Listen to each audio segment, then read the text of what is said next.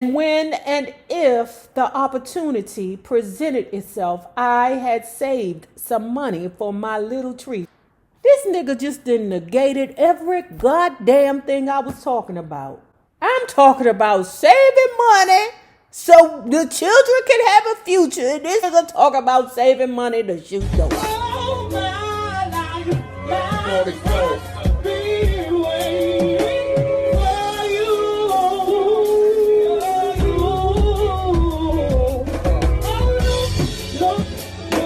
No, how you do.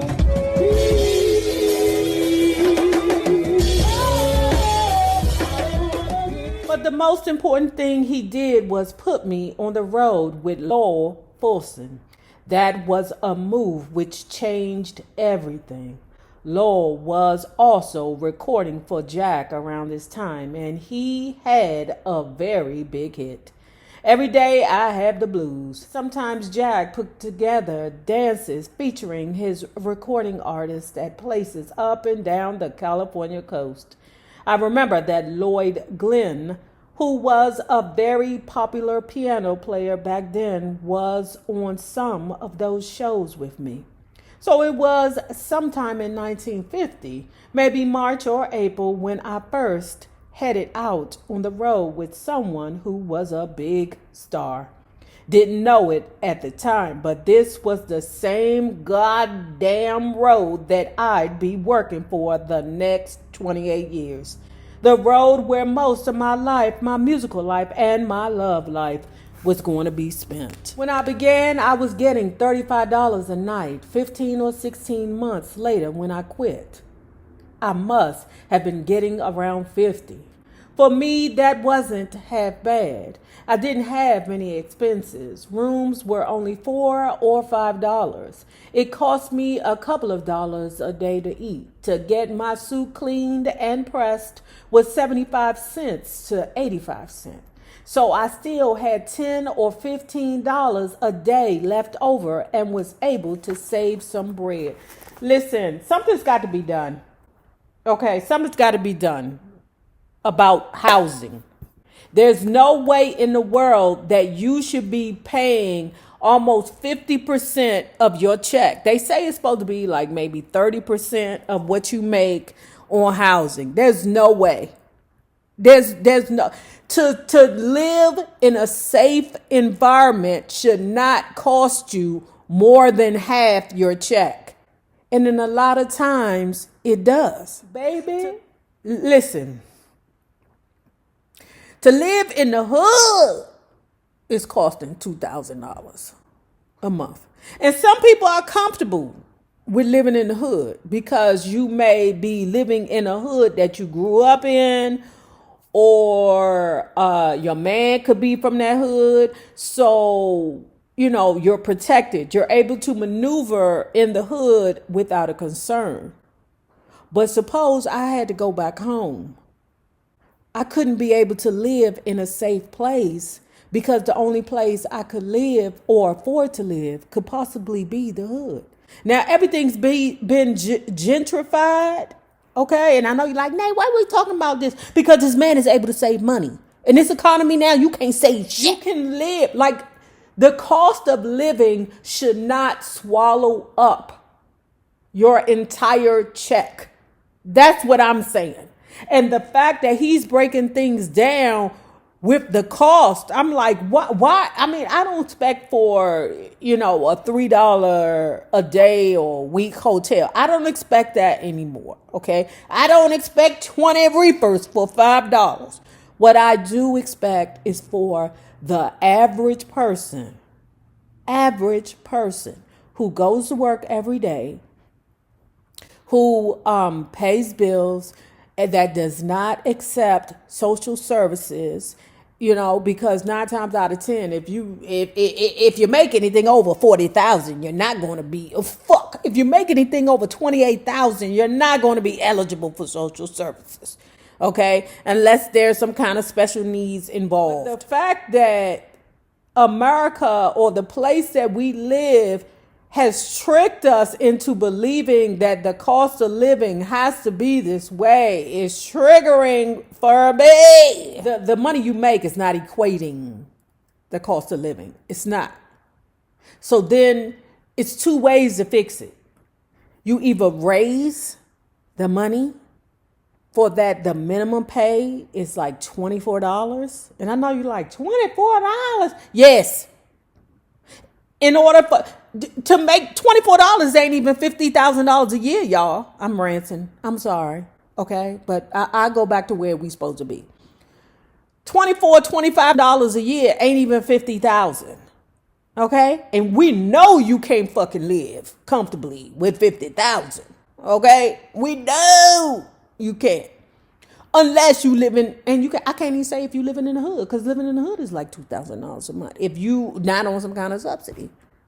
Okay? It's two things that America can do to fix this bullshit. Number one, raise the minimum wage to $24, $25. Even though we know that's still not where a person can be comfortable and pay bills and feed children and shit like that. But they won't give you no social services, okay, if you make that much money. Even though America knows you can't live comfortably on $50,000 in this economy, okay, especially if you're single, all right? Now, maybe if there's a secondary income in there, maybe. Like America is forcing people to get married now, all right? Anyway, let's take it back. Fuck all these corporate CEOs, them farms, them chicken makers, them chicken breeders. Fuck all of them. These car makers, well, some car, you can relax on how you make a car. But all these mortgage companies, all these builders, make these people make life affordable. Make these people make life affordable. No, they will not pay that much for lumber. Lumber should be 3 cents. It shouldn't be $3. See what I'm saying?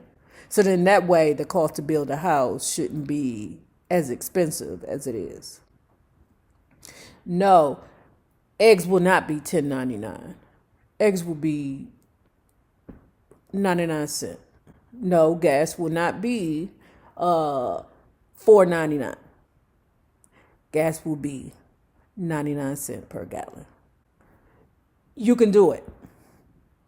But it's so much greed in America. I didn't went all the way to the left. I'm so sorry, y'all. Most of the little towns we played, of course, didn't have any juggy around.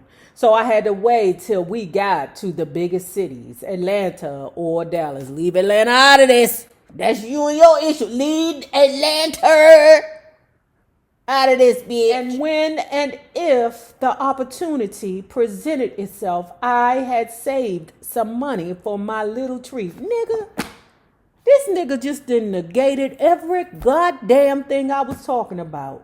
I'm talking about saving money so the children can have a future. And this nigga talk about saving money to shoot dope. And when and if the opportunity presented itself, I had saved some money for my little treat. But don't get me wrong, I didn't go around hitting on people. If I was going to buy from someone, I had to know that person very, very well. And I had to be absolutely certain it was cool. Yeah, that never changes. What when I tell you, you people be having you got bad default. I soon became the musical director of the band, even though in those days there was no such title. I was just a cat who wrote the charts and took charge of rehearsals. I whipped the band in shape, which pleased Lowell, since his thing was mainly singing the blues and playing his blues guitar. I tried to add a little variety to the music. It wasn't that I didn't love the blues. I always loved the blues. But as much as you might love cabbage, you don't want to eat it every day and at every meal. I could dig it. Here I was traveling, playing before people, recording, singing as a solo act, all at a very young age. I still hadn't been out of the woods that long. I also wanted to be a part of something good. If I could contribute to the band, I did. The reward was in the music, in the sounds I created, in the pleasure it brought to me, to Lowell, to the other cats in the band, and to the people who paid to hear us. Lowell had a station wagon and a Roadmaster Buick, and we drove for days and days and days on end. We hit every little town imaginable and all the big ones too. First time out, we ran through New Mexico and Texas and all around the Southwest. On another trip, we went further into the South. It was rough, and sometimes you thought you were going crazy, but there was so much good music back then. You'd always be meeting some new musicians and having a ball. In Texas, I got to play piano behind cats like T-Bone Walker and Big Joe Turner. Sometimes they were on the same bill with Lowell, and our band would back 'em up. Joe Turner reminds me of Lady Day when she was a young woman. He has a tear in his voice, like Mickey Howard. And I ain't ever heard like Mickey Howard and Phyllis Hyman. Both of them, man. Both of them. I got to meet other big names of the day. Around this time, I even ran into Charles Brown. And I also had a chance to see my friends. Quincy Jones, for example, was traveling with Lionel Hampton's band playing trumpet. And whenever I was able to catch up with Q, we'd straight away go off and find a place to jam. I also knew many of the gospel men and women. Some were friends of mine, others just acquaintances. Among them were the best singers I had ever heard in my life. And the very cream of the crop, for me at least, were cats like Ira Tucker of the Dixie Hummingbirds, Archie Brownlee of the Five Blind Boys of Mississippi, and Claude Jeter of the Swan Silvertones.